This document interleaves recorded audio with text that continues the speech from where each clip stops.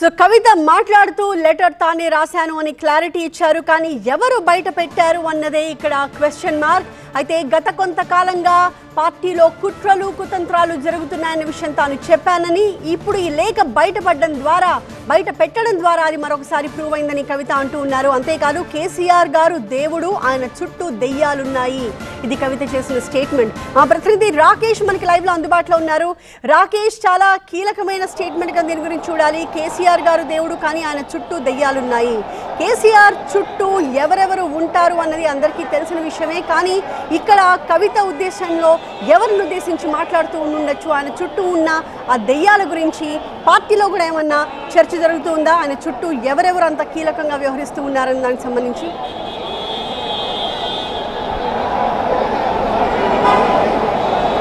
నిన్నటి నుంచి జరుగుతున్నటువంటి వివాదంలో కవిత కామెంట్స్ ఈ వివాదాన్ని ఇంకొంచెం ముందుకు తీసుకెళ్లాలని చెప్పొచ్చు. ఆమె చెప్పకనే చాలా విషయాలు నేరుగా చెప్పారు, కొన్ని విషయాలు ఇండైరెక్ట్గా ఎవరు పేరు తీసుకోకుండా చెప్పారు.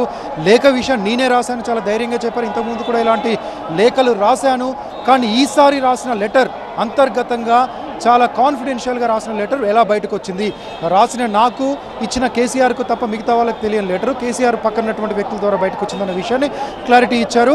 ఆ పక్కన కేసీఆర్ దేవుడే కానీ పక్కన వాళ్ళు మాత్రం దయ్యాలు అంటూ ఒక హార్డ్ కామెంట్ చేశారు. చాలా కోటరీ ఉంది, చాలామంది కోవటులు కూడా ఉన్నారు పార్టీలో, వాళ్ళందరినీ చక్కదిద్దితే కానీ పార్టీ ముందుకెళ్లే పరిస్థితి లేదంటూ చెప్పారు. తెలంగాణ సమాజం చూస్తుంది, పార్టీలో ఉన్న వాళ్ళందరూ చూడాలి ఈ విషయాన్ని అంటూ చెప్పారు. పార్టీ హ్యాస్ టు డిసైడ్, ఈ మొత్తం వ్యవహారాన్ని పార్టీ చూస్తుంది, పార్టీ నిర్ణయిస్తుంది అంటూ కూడా చెప్పారు. మొత్తంగా ఆమె కొంత ఓపెన్ అయ్యారని చెప్పొచ్చు. పార్టీ కార్యకర్తలను ఉద్దేశించి మాట్లాడారు.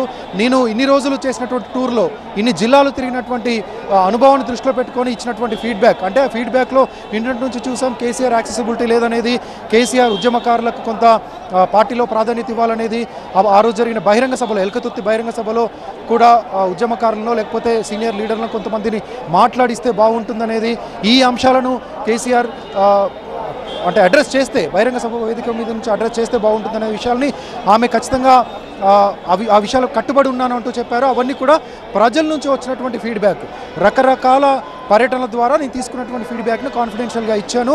ఆ లేఖ ఎలా బయటకు వెళ్ళింది అనేది ఇప్పుడు చాలా ఆశ్చర్యం కలిగిస్తుంది. ఆ లేఖ బయటకు వెళ్ళిందంటేనే కేసీఆర్ చుట్టూన్న వాళ్ళు ఎవరు, ఆ వ్యక్తులు ఎలాంటి పనులు చేస్తున్నారు, ఎలాంటి కోర్టు పనులు చేస్తున్నారు అంటూ ఆమె కొన్ని కామెంట్స్ అయితే చేశారు. దీన్ని బట్టి మనం అర్థం చేసుకోవచ్చు, నిన్నటి నుంచి కూడా పార్టీలో ఒక ఉత్కంఠ వాతావరణం ఉంది. కవిత వచ్చి ఏం మాట్లాడుతుంది, ఎలాంటి విషయాలు బయటపెడుతుంది, లెటర్ గురించి ఏం మాట్లాడుతుంది, అసలు తాను రాశానని చెప్తుందా, రాయలేదని చెప్తుందా, వీటన్నిటిపైన కూడా డిస్కషన్ జరుగుతుంది.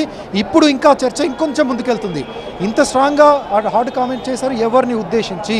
కేసీఆర్ చుట్టూ 24 గంటలు ఎవరు ఉంటున్నారు, కేసీఆర్ దగ్గర ఎవరెవరు అక్కడే ఉండి కేసీఆర్ బాగోగులు చూసుకుంటున్నారు, కేసీఆర్ డైలీ యాక్టివిటీస్లో పార్టిసిపేట్ చేస్తున్నారు, డే షెడ్యూల్ అంతా చూస్తున్నారు, కేసీఆర్ని ఎవరెవరు కలవాలి, ఎవరెవరు కలవకూడదు, కేసీఆర్ని కలవాలంటే ఎవరిని అడిగితే అపాయింట్మెంట్ వస్తుంది, ఈ విషయాలపైన ఖచ్చితంగా పార్టీలో చర్చ జరుగుతుంది.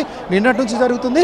కవిత కామెంట్స్ తర్వాత స్వయంగా కూతురు, పార్టీలో సీనియర్ లీడర్, ఉద్యమకాలం నుంచి ఉంది, ప్రత్యేకంగా తెలంగాణ జాగృతి పేరుతో ఉద్యమంలో చాలా పెద్ద ఎత్తున పనిచేసినటువంటి కవిత చేసినటువంటి కామెంట్స్ని చాలా సీరియస్గా పార్టీ కార్యకర్తలు కూడా ఖచ్చితంగా తీసుకుంటారు. కానీ కవిత ఈ ప్రెస్ మీట్లో 2 విషయాలకు మాత్రం ఆన్సర్ చేయకుండా వెళ్ళారు.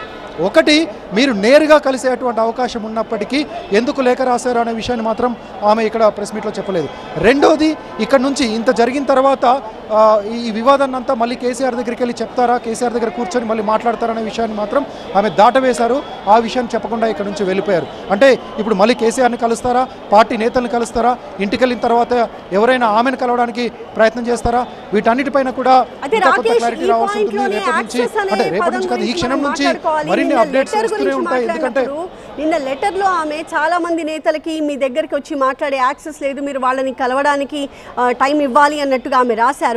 ఇవాళ కూడా ఆమె మాట్లాడింది, నా పరిస్థితే ఇలా ఉంటే మిగిలిన వాళ్ళ పరిస్థితి ఏ రకంగా ఉంటుందో అర్థం చేసుకోండి అని అన్నారు, ఆలోచించాలి అని అన్నారు. సో కేసీఆర్ దగ్గర యాక్సెస్ కవితకి లేక ఉత్తరాలు రాశారు ఇన్ని రోజులు, కానీ మనం అర్థం చేసుకోవాల్సిన సిచ్యువేషన్ అయితే ఉండదని నేను అనుకుంటున్నాను.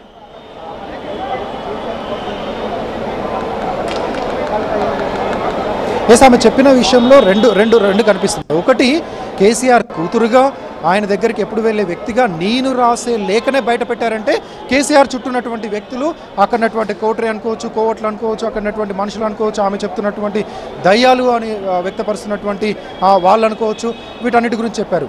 రెండోది యాక్సెసిబిలిటీ కూడా దాంట్లో ఒక ఇన్నర్ మీనింగ్గా మనం చూడొచ్చు. ఎందుకంటే లేఖ రాయాల్సినటువంటి అవసరం వచ్చింది అంటే యాక్సెసిబిలిటీ తగ్గింది, నన్ను కూడా కలవట్లేదనా, లేకపోతే నేను కలిసే అవకాశం కూడా నాకు దక్కట్లేదనా, నేను కలవాలనుకున్నా మధ్యలో ఉన్నటువంటి వ్యక్తులు కేసీఆర్ చుట్టూన్నటువంటి వాళ్ళు కలవనివ్వడం లేదనా ఆమె చెప్తున్నటువంటి అభిప్రాయం అర్థం చేసుకోవచ్చు. పార్టీ కూడా ఈ కోణంలో చూస్తుంది. ఇక నెక్స్ట్ ఏంటనేది ఇప్పుడు చాలా ఇంపార్టెంట్గా అది కూడా అయి ఉండొచ్చు.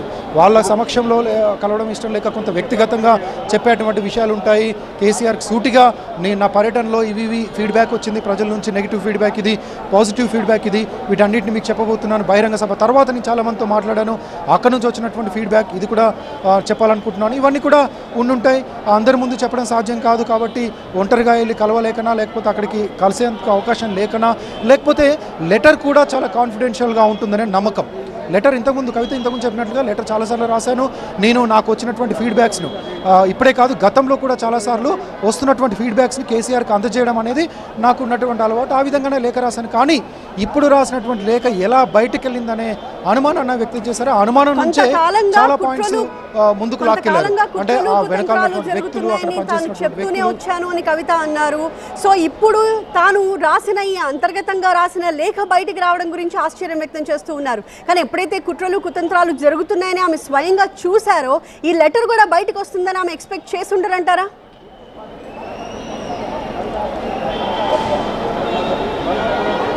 అసలు అంటే నాకు ఇక్కడ జరుగుతున్నటువంటి అనుమానం ఏంటంటే, నాకున్నటువంటి డౌట్ కూడా మొన్న జరిగిన ఈ విదేశీ పర్యటనకు ముందు కూడా తెలంగాణ భవన్లో ప్రెస్ మీట్ పెట్టారు. ఆ రోజు కూడా చిట్ చాట్లో ఇదే అంశాన్ని పెట్టారు. నా పైన పార్టీలో కుట్ర జరుగుతుంది, నా పైన కొంత విష ప్రచారం చేస్తున్నారు, దుష్ప్రచారం చేస్తున్నారు, దాన్ని పార్టీ కంట్రోల్ చేయాలి, పార్టీ నేతలు దీనిపైన మాట్లాడాలి, పార్టీ నేతలు కూడా దీన్ని అడ్రస్ చేయాలి అంటే ఆమె అనుకున్నారు. 6 నెలలు జైల్లో ఉన్నా సరిపోదా, ఇంకా నన్ను ఇబ్బంది పెడతారా అంటూ కూడా కొంత ఆవేదనగా మాట్లాడారు. సో ఆమెకు అప్పుడే కొంత డౌట్ ఉంది. పార్టీలో ఆమె ఇంటర్నల్గా రాసినటువంటి లెటర్ బయటికి వెళ్ళిందని అనుమానం ఆ రోజే కలిగింది అనేది అర్థమవుతుంది. ఎందుకంటే ఆమె 17th ఇక్కడ నుంచి వెళ్ళారు, కానీ 2nd రోజు ఆమె లెటర్ రాశారు. ఆ మధ్యలో 12 days టైం ఉంది. ఆ టైంలో ఆ లెటర్ బయటకు వచ్చి లెటర్ బయటకు వస్తున్నట్టుగా కొంత కూడా చర్చ జరుగుతుంది. అంటే లెటర్ కాపీ బయటకు రాలేదు, కానీ లెటర్లో ఉన్నటువంటి అంశాలు లెటర్ రాసినట్టుగా ఒక ప్రచారం అయితే బయటకు వచ్చింది. ఆ అనుమానం ఆ రోజు వ్యక్తం చేసింది. సో దాన్ని ఈరోజు రిపీట్ చేసింది. మీ పైన కుట్ర జరుగుతుందని భావిస్తున్నారని మీడియా అడిగినప్పుడు ఎస్ కుట్ర జరుగుతుందని గతంలో చెప్పాను, ఇప్పుడు చెప్తున్నాను. కానీ ఈ కుట్రను తెలంగాణ ప్రజలు చూస్తున్నారు, పార్టీలో ఉన్నటువంటి నేతలు చూస్తున్నారు. ఇలా అని నా మీద ఎవరి మీద నాకు ప్రత్యేకంగా కోపం లేదు, ఎవరిపైన నాకు ప్రత్యేకంగా కోపం లేదు, అలానే ఎవరిపైన ప్రేమ లేదు అని అండర్లైన్ చేసుకోవచ్చు ఇది.